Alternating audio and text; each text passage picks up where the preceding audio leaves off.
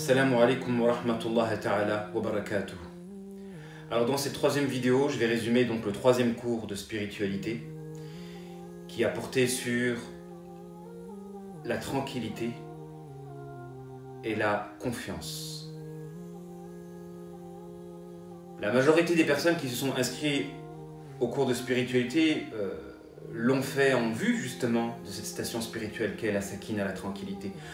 Parce que j'avais fait de la publicité lors du mois de Ramadan en disant que je préparais des cours de spiritualité et qui auront pour vocation de travailler cette station spirituelle de la tranquillité, car mes cours justement durant le mois de Ramadan portaient sur les traumatismes, les traumas et les choses qui nous rendent inquiets, qui nous angoissent et qui nous plongent dans les soucis.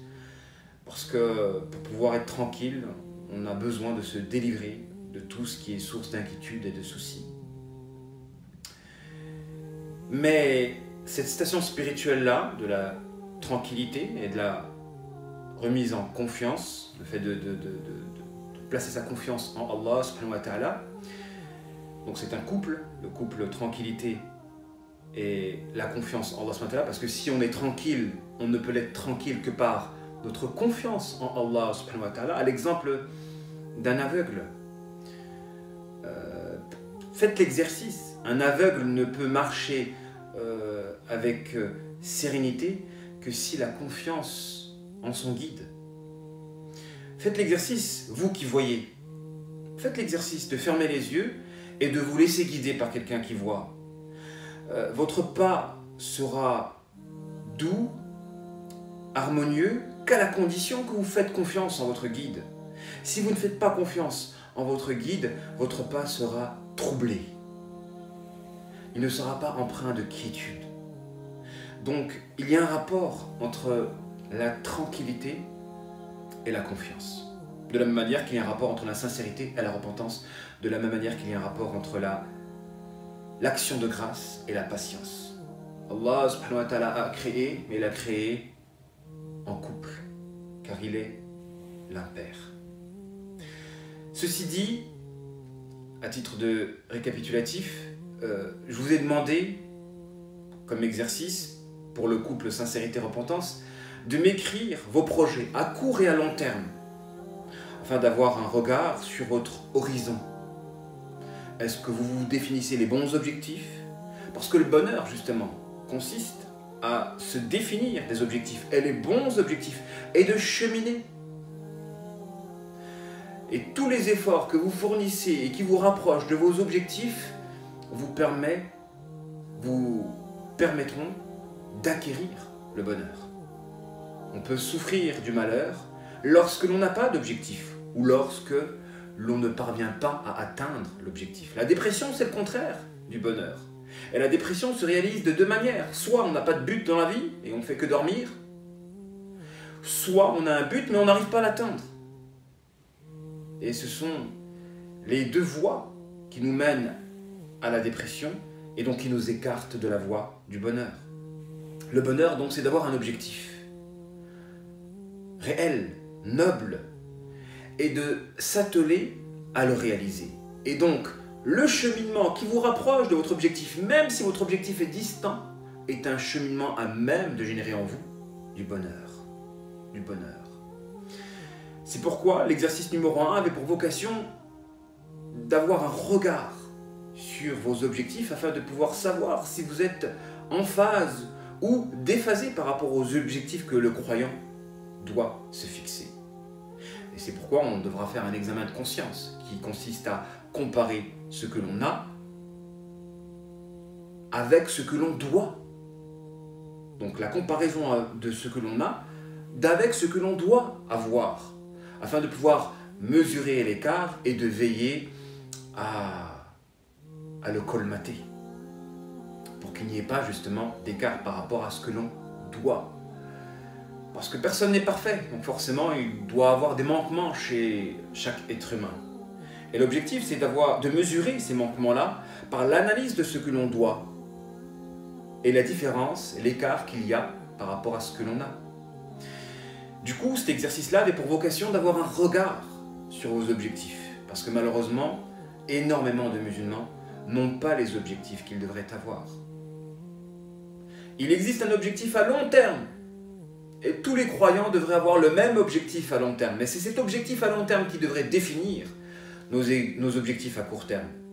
Malheureusement, la plupart ont fait des objectifs à court terme des objectifs à long terme. Ils ont pris parfois des moyens comme des fins. Au grand sourire du diable, qui s'était donné justement pour objectif de faire en sorte que les humains prennent les moyens de cette vie comme des fins en soi, de sorte de se détourner du Créateur, qui a créé justement cette création afin qu'elle soit un support, un tremplin vers son agrément et la réalisation de sa volonté. Le but, c'est de réaliser la volonté d'Allah subhanahu wa ta'ala. Et donc, on a le devoir de travailler à avoir tous le même objectif à long terme. Et à travers cela, forcément, un groupe va se constituer, une jama'a.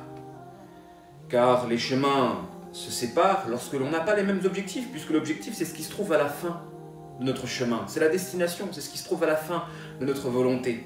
Donc forcément, si on a des objectifs disparates, nos chemins vont se séparer. Par contre, si on a le même objectif, on va cheminer dans la même voie. Et on ne se séparera pas. Même si spatialement, on est distancé, on va rester unis par le cœur. Que dis-je? Même on restera unis spatialement, puisque l'on fera partie d'une même famille spirituelle. C'est pourquoi la sincérité, l'un des témoins de la sincérité, c'est l'adhésion à une jama'a. Mais pas une jama'a qui nous écarte de la Ummah par ses innovations, par ses... Non. La spiritualité veut de nous la simplicité. On doit disparaître dans le nous, le véritable croyant musulman. Et celui qui disparaît dans le nous, le moi, doit disparaître dans le nous. Il ne doit pas s'affirmer à travers un nous sectaire.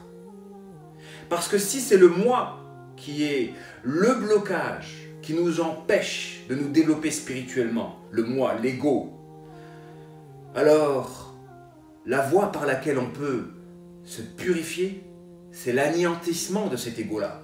C'est la purification de cet ego-là. Et de quelle manière on peut le purifier? En le faisant disparaître. Et de quelle manière on peut faire disparaître ce moi-là? En faisant en sorte que ce moi-là disparaît dans le nous. Parce que Allah subhanahu wa ta'ala, quand il s'exprime, il s'adresse plus souvent à des communautés qu'à des individus.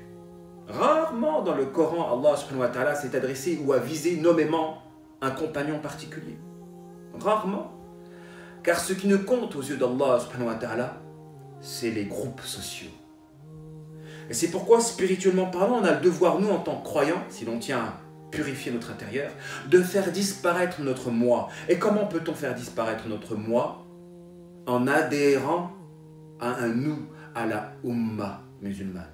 Et il n'existe qu'une seule Ummah. À partir du moment où vous adhérez à un groupe et à travers ce groupe-là, vous créez une scission par rapport à la Ummah, en réalité, vous ne faites qu'adhérer à une secte qui nécessairement possède un gourou et nécessairement possédera des attitudes, des lapsus comportementaux qui révéleront leur sectarisme.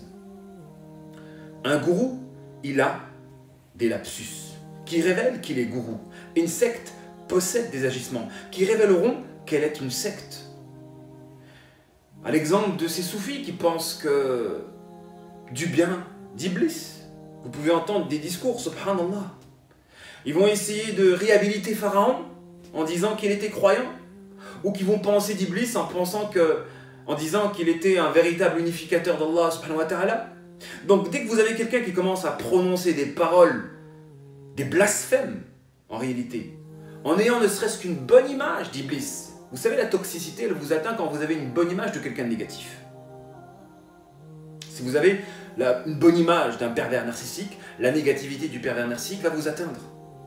Alors que dire de ceux qui ont une belle image du père de la négativité, à savoir Iblis, comme ces pseudo-soufis. Donc dès que vous avez quelqu'un qui commence à prononcer des paroles qui sont en opposition par rapport à nos sources scripturaires, écartez-vous de ces gens-là. Écartez-vous. Écartez-vous de ces gens-là. Et ceci ne peut être que le témoin de leur égarement. C'est pourquoi toute distanciation, toute différenciation, toute voie par laquelle on s'écarte de la majorité est une voie par laquelle on peut cultiver un sectarisme, un fanatisme. Le croyant musulman doit être humble. Il ne doit pas se distinguer de la masse. Et il doit adhérer à la Ummah en vue d'anéantir son ego. La majorité des compagnons, on ne connaît même pas leur prénom. Et aux yeux d'Allah, ils seront inscrits dans toute l'éternité.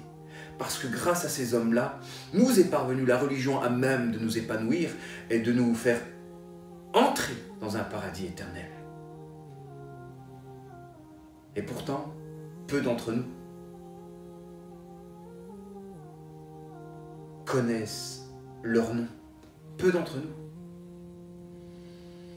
Parce que ce n'est pas le but que de briller. Et d'ailleurs, c'est l'une des voies par laquelle l'ego se gonfle lorsque l'on aspire à briller. Non. L'une des voies par laquelle on peut cultiver notre humilité, c'est de ne pas chercher à se distinguer de la masse. C'est d'écraser cet ego-là en faisant disparaître notre moi par le nous, la jama'a.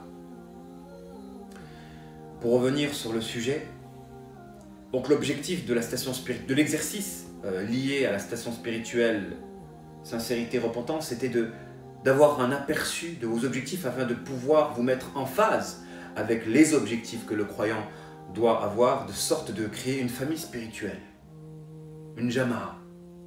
Car le croyant ne peut pas être seul.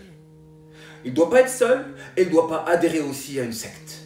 Il doit adhérer à la Ummah musulmane. Le second exercice que je vous avais donné à propos de la station spirituelle, du remerciement, donc de l'action de grâce et de la patience, c'était de m'écrire les souffrances qui déteignent encore sur vous. Afin de savoir si vous leur avez trouvé de la signification pour pouvoir vous élever, de sorte de vous aider à trouver du sens à ces souffrances, afin que vous puissiez les utiliser comme un carburant pour l'énergie que vous avez besoin afin de cheminer dans la voie de la ilaha illallah. Parce qu'il en faudra de l'énergie, il en faudra du courage et de la sérénité. Parce que cheminer dans la voie de la ilaha illallah ne se fera pas sans épreuve. Allah va vous tester, va vous éprouver. Donc vous avez besoin d'énergie et de carburant. Et vous allez puiser où cette énergie-là? Dans vos souffrances. D'où la nécessité de pouvoir écrire vos souffrances afin d'y extraire la sagesse qui permettra de transformer cette souffrance-là, cette tristesse-là, en énergie positive. Le croyant musulman, il a besoin de souffrir. Et les meilleurs des hommes sur cette terre sont des personnes qui ont souffert et qui ont su transformer leur souffrance en force. Ça, c'était l'exercice numéro 2. Donc, à travers l'exercice numéro 1, écrire vos projets, et l'exercice numéro 2, écrire vos souffrances, le but, c'est d'atteindre le couple numéro 3, à savoir la sérénité et la remise confiante en Allah subhanahu wa ta'ala, le tawakkul. La sakina et le tawakkul.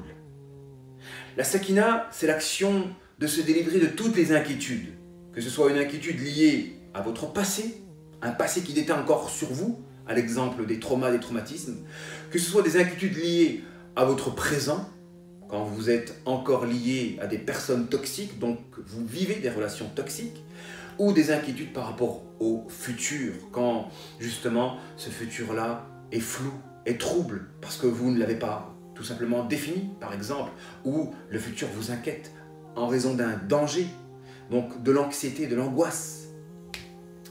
Être dans la sekina, c'est être délivré de toutes ces inquiétudes, que ces inquiétudes concernent le passé, le présent ou le futur. Donc vous allez être bien dans votre peau. Vous allez être serein. Rien ne sera troublé. Et pour cela, il vous faut être confiant. Il vous faut placer votre confiance en Allah subhanahu wa ta'ala. Et la confiance, c'est la station spirituelle par laquelle vous prenez conscience que la toute-puissance n'est qu'entre les mains d'Allah subhanahu wa ta'ala. La hawla wa la quwwata illa billah. L'un des trésors du paradis.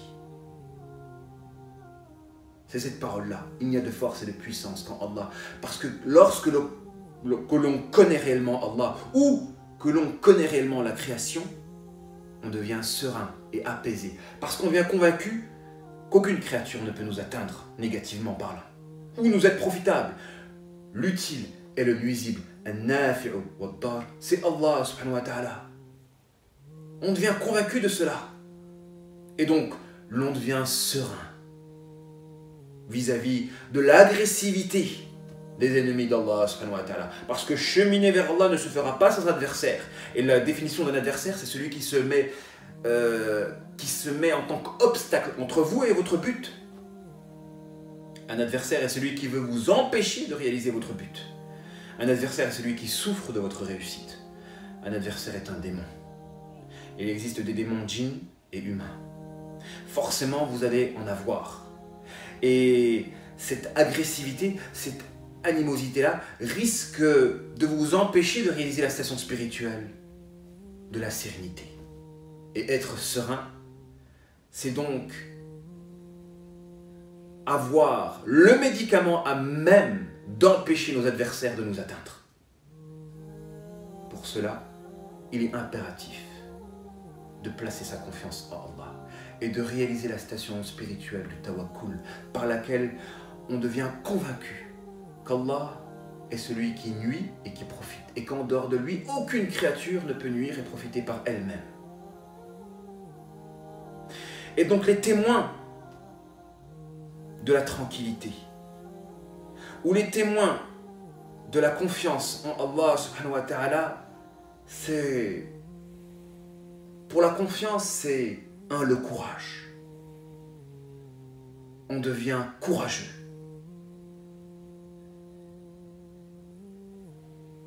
Deux, notre courage doit se faire avec mesure. On ne va pas être courageux à prendre des risques à même de nous détruire. On prend des risques, mais ces risques-là, ce sont des risques qui développent notre courage. Et donc il y a forcément de la réussite derrière le risque. Celui qui prend des risques et qui est sûr d'échouer, en réalité, il est audacieux et il court à sa perte, tout simplement. Quand on prend un risque, il faut qu'il y ait une issue à même de nous permettre d'atteindre la réussite et de réussir et d'obtenir la victoire. Ceci est du courage. C'est pourquoi le courage n'est pas sans la mesure, sans l'équilibre, sans le juste milieu entre les excès qui peuvent nous pousser à prendre des risques et d'être condamnés à l'échec. Un musulman n'est pas suicidaire. Il convoite la victoire, avant tout.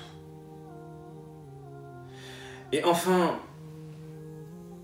la station spirituelle de la confiance en Allah ne peut se réaliser sans la connaissance d'Allah subhanahu wa ta'ala, par laquelle on le voit comme étant l'être parfait. Et c'est pourquoi cette station spirituelle, c'est celle qui peut nous permettre d'être forts et de nous rendre invincibles. La force n'est possible que par la réalisation spirituelle de la confiance en Allah subhanahu wa ta'ala. De la même manière que le bonheur n'est possible que par la réalisation spirituelle de la station de l'action de grâce. C'est pourquoi le témoin de la tranquillité, c'est la délivrance vis-à-vis des inquiétudes, vis-à-vis des soucis, vis-à-vis des angoisses et de l'anxiété. Plus rien ne peut vous atteindre. Parmi ces trois aspects à même de vous troubler.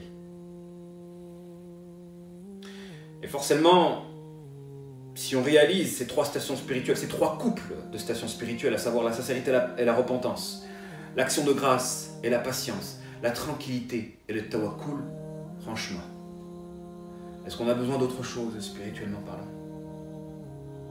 Déjà juste la sincérité, la repentance, l'action de grâce et la patience, on a des musulmans complets Que dire si on rajoute encore la tranquillité et la remise confiante en Allah subhanahu wa ta'ala? Le changement doit se faire au niveau du caractère, pas au niveau de la langue et du discours.